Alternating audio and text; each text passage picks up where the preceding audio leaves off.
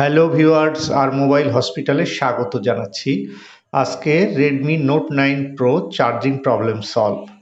তো আজকে সিস্টেমেটিক ডায়াগ্রামের মাধ্যমে কিভাবে ফল্টটি ফাইন্ডিং করতে হয় এবং কিভাবে সমাধান করতে হয় সেটি তোমাদের সামনে আমি তুলে ধরবো। তো এখানে 6টা লাইন দেখতে পাচ্ছ। একটি হচ্ছে ভিপাস লাইন, যেটি ভোল্টেজ ইন হয়, এবং চার্জিং আইসি থেকে যেটা আউট হয় সেটা হচ্ছে ভিভাস লাইন, এ দুটো। আর ইউএসবি হচ্ছে দুটো লাইন, যেটা হচ্ছে ইউএসবি ডিটেক্ট করে। আর দুটো লাইন হচ্ছে ব্যাটারি থাম্বস এবং ব্যাটারি আইডি। তো এই হচ্ছে আমাদের কানেকশন। তো এই কানেকশনগুলো আমরা একটা একটা করে, চলো আমরা কিভাবে কাজ করছে সেটা তোমাদেরকে ক্লিয়ারভাবে তুলে ধরবো।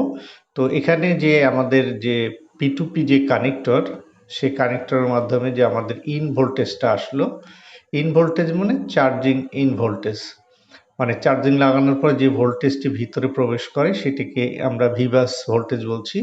তো এই তীরের মাধ্যমে দেখিয়ে দিচ্ছি যে লাল ট্র্যাকটি আমাদের আসলো কোথায়, এখানে চার্জিং আইসি।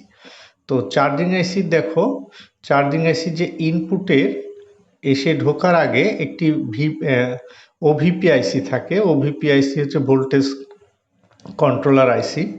তো ওভার ভোল্টেজ কন্ট্রোলার আইসি। তো এটা ওভিপি আইসি পরে আমাদের এই ফার্স্ট চার্জিং আইসি, এখানে ফার্স্ট এবং সেকেন্ড দুটো চার্জিং আইসি দেওয়া আছে।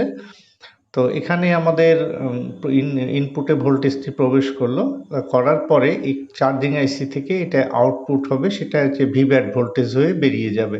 ভোল্টেজটা এখানে কনভার্ট হবে, কনভার্ট হওয়ার পরে এই তো এখন আমি যেটা অ্যারোর মাধ্যমে দেখাচ্ছি সেটা এখান থেকে বেরিয়ে গেল। বেরিয়ে যাওয়ার পরে এটি হচ্ছে সেকেন্ড চার্জিং আইসিতে আবার প্রবেশ করলো। তো ওইখানে প্রবেশ করার পর আগেই এই লাইনটা মাল্টিপল লাইন হিসাবে এখান থেকে আবার লাইনটা আরেকটি বেরিয়ে যাচ্ছে। মানে চার্জিং আইসি থেকে ইনপুট হওয়ার পরে ওইখানে দুটো ভোল্টেজ ওখান থেকে বেরিয়ে গেল। বেরিয়ে যাওয়ার পরে এই ভোল্টেজটি সেকেন্ড চার্জিং আইসিতে প্রবেশ করছে, এবং ওই লাইনটি আবার আমাদের সরাসরি চলে আসবে ব্যাটারি কানেক্টরে।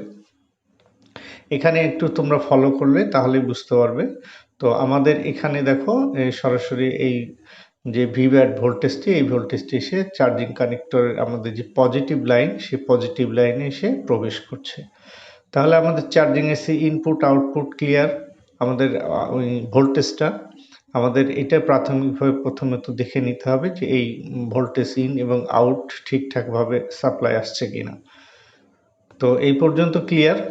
তারপরে বাদ বাকি যে কাজগুলো আছে এখানে, ডিএমডিপি লাইন, যেটা হচ্ছে ভোল্টেজ আমাদের ইউএসবির ক্ষেত্রে কাজ করে থাকে, সেটা হচ্ছে সবুজ যে দুটো লাইন দেখতে পাচ্ছ, সবুজ নীল, সবুজ এবং নীল কালারের যে অ্যারোগুলো দেখতে পাচ্ছ, সেই অ্যারোগুলোর ডিএমডিপি লাইন, সেই এই আমাদের P2P যে কানেক্টর, সেই কানেক্টর থেকে সরাসরি চলে যাচ্ছে। এখানে দেখো আমাদের যে P2P কানেক্টর দেখতে পাচ্ছ, এই কানেক্টর থেকে বেরিয়ে যাওয়ার পরে সামনে কিছু কম্পোনেন্ট আছে।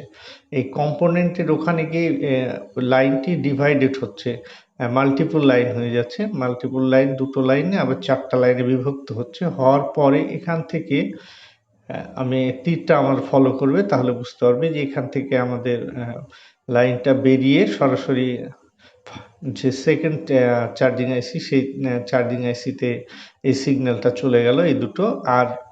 আর দুটো যে সিগন্যাল আছে, এই সিগন্যাল দুটো সরাসরি আমাদের সিপিইউ সিগন্যাল যাবে। তো এগুলো জিআরগুলো আমাকে চেক করে নিতে হবে যে জিআরগুলো ঠিকঠাক আছে কিনা, কোন লাইনটা মিসিং আছে সেটা এখানে দেখে নিতে হবে। তো এই যে সিপিইউ দেখতে পাচ্ছ, এখানে সিপিইউতে দুটো লাইন প্রবেশ করেছে। তো এ পর্যন্ত আমাদের ডিএমডিপি লাইন এ পর্যন্ত ক্লিয়ার। এই লাইনগুলো আমাদেরকে জিআর ভালো করে দেখে নিতে হবে। যদি জিআর মিসিং হয় সেক্ষেত্রে আমাদের আইসিগুলোকে রিভলভ করতে হবে। সেটা হোক বা চার্জিং আইসিতে হোক আর সিপিইউ আইসিতে হোক, যেটাতেই সিগন্যাল মিস হবে, জিআর মিসিং হবে, সেক্ষেত্রে আমাদের আইসিগুলো রিভলভ করে নিতে হবে, তাহলে আমাদের সমস্যাটা সমাধান হয়ে যাবে।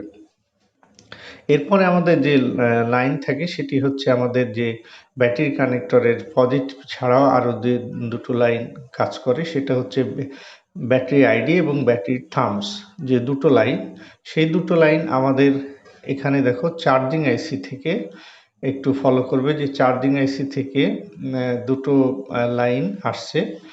তো এই লাইন দুটো আমাদের সরাসরি ব্যাটারি যে কানেক্টর আছে সেই কানেক্টরের মাঝে এসে প্রবেশ করছে। কিন্তু এখানে দেখো পিটিপি কানেক্টর থেকে একটা হলুদ যে অ্যারো গেছে, এটা হচ্ছে কনফারেন্স থাম্বস। এটা হচ্ছে কনফারেন্স থাম্বস, এটা সরাসরি পি2পি কানেক্টরে এখানে দেওয়া আছে 13 নম্বর। পি2পি কানেক্টরের যে 13 নম্বর ট্র্যাক আছে, 13 নম্বর ট্র্যাকে এই থাম্বস লাইনটি এখানে দেওয়া আছে। এই জিআরটাও আমাদেরকে চেক করে নিতে হবে। তো এই জিআরটা এখানে পাওয়ার পরে সো এই থাম্বস যে লাইনটা, সেই লাইনটা আমাদের যে ব্যাটারি কানেক্টরে এসে প্রবেশ করে।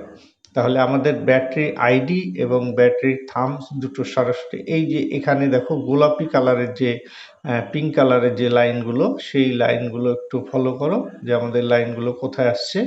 ব্যাটারি কানেক্টরের আমাদের এখানে 4টা পিন, 4টা পিনের মধ্যে বাম সাইডেরটা হচ্ছে পজিটিভ, ডান পাশটা হচ্ছে নেগেটিভ, আর মাঝের যে দুটো আছে ব্যাটারি আইডি এবং ব্যাটারি থাম্বস, এই লাইন দুটো। তো এই অ্যারোর মাধ্যমে ব্যাটারি থাম্বস এবং আমাদের ব্যাটারি আইডি, এই দুটো এখানে আমি দেখিয়ে দিচ্ছি, মাঝের দুটো ব্যাটারি আইডি এবং থাম্বস। তাহলে এই গিয়ারগুলো আমাদেরকে চেক করে নিতে হবে ঠিকঠাক আছে কিনা। তাহলে পুরো আমাদের যে 6টি লাইন আছে সেই 6টি লাইন আমি তোমাদেরকে বোঝাতে পেরেছি। একটার পর একটা স্টেপ বাই স্টেপ প্রত্যেকটা লাইন যদি আমরা ধরে ধরে কাজ করো, তাহলে খুব সহজেই সমাধানটা হয়ে যাবে। মূলত যে প্রাথমিক যে কাজগুলো থাকে সেগুলো তো আমাদেরকে করে নিতে হয়, যে সিসি বোর্ডের সিসি কানেক্টরের প্রবলেম আছে কিনা এগুলো করে নিব। তারপরে আমাদের যে পি2পি যে পাতা থাকে, চার্জিংয়ের যে রেবন থাকে, রেবন মানে পাত্তা, সেই পাত্তাটি অনেক সময় খারাপ থাকলেও ভোল্টেজ আসে না। তারপরে আমাদের যে পি2পি যে কানেক্টর আছে, সেই কানেক্টর থেকে আমাদের যে ভোল্টেজগুলো ইনপুটে যাচ্ছে চার্জিং আইসি, কানেকশনগুলোকে আমাদেরকে একটার পর একটা চেক করে নিতে হবে। ভোল্টেজ ইনপুট আউটপুটগুলো চেক করতে হবে এবং বাদবাকি যে কানেকশনগুলো এখানে যে দেখানো হয়েছে একটার পর একটা, প্রত্যেকটা কানেকশনে কিন্তু জিআর চেক করতে হবে। এই জিআরগুলো কোনো জায়গায় যদি মিসিং হয়ে থাকে, সেক্ষেত্রে আমাদেরকে সেই আইসি, যে আইসি থেকে আসছে কানেকশন, সে আইসি রিভলভ করে দেখতে হবে। এবং যে চার্জিং আইসির পাশে যদি কোনো কম্পোনেন্টের মাধ্যমে, এখানে যে দেখো কিছু অনেক সময় কম্পোনেন্ট থাকে, কম্পোনেন্টগুলোর মাধ্যম হয়ে এই লাইনগুলো আসে, সেক্ষেত্রে এই কম্পোনেন্টগুলো আমাদেরকে দেখে নিতে হবে।